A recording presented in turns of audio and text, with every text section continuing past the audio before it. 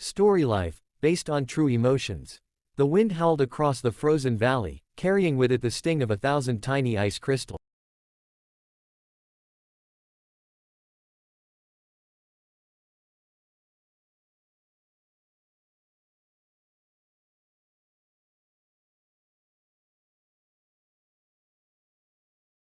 Story life, based on true emotion.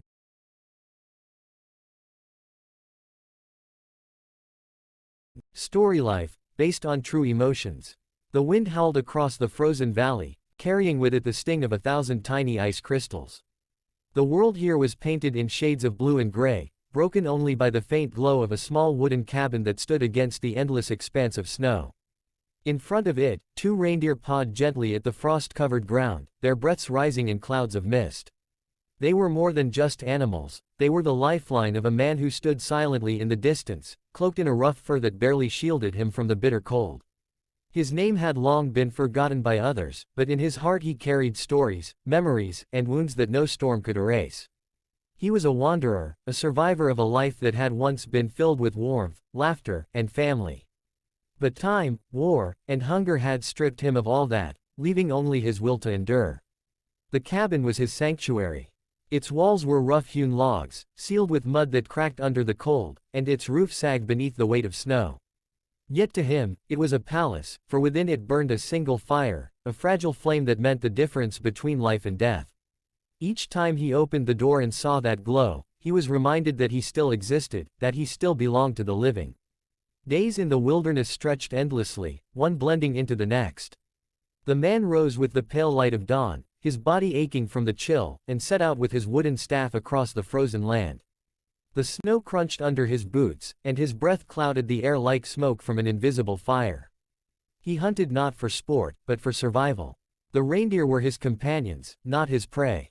They watched him with patient eyes, as if they too understood the fragile balance between man and nature. Every journey into the wilderness was a test. He tracked the faint prints of hares, followed the calls of distant birds, and sometimes found nothing but silence. Hunger gnawed at him like a beast, and yet he carried on, driven by the memory of those he once loved. He remembered his wife's laughter, the way it had filled their small home like music. He remembered the tiny hands of his child, clutching at his fingers, trusting him to provide and protect. But those days were gone, swept away by a storm of fate he could not control. Now he lived only with their shadows, whispering in his mind each night as he stared into the fire. Loneliness was his greatest enemy. The silence of the wilderness pressed down on him, heavier than the snow itself. Sometimes, he spoke aloud, just to hear a voice, even if it was his own. He spoke to the reindeer, to the trees, to the wind. And sometimes, in the stillness of night, he imagined that they answered. Perhaps it was madness, or perhaps it was the earth reminding him that he was never truly alone.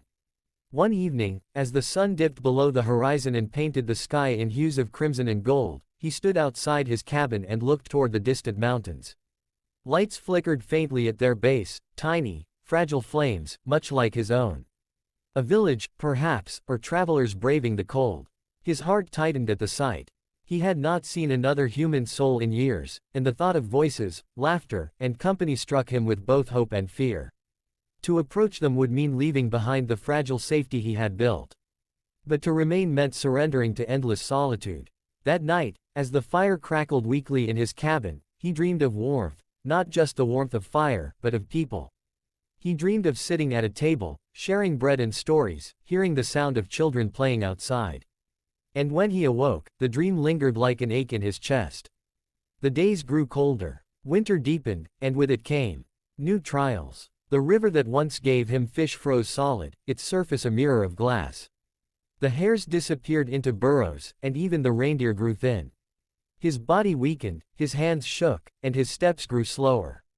Each night, he wondered if he would see another dawn. Yet still, he endured. Each spark of his fire was a promise, that he would not surrender, not yet. But the wilderness is merciless. One morning, he collapsed in the snow, his vision blurring, his breath shallow. The reindeer stood nearby, their dark eyes watching. For a moment, he thought this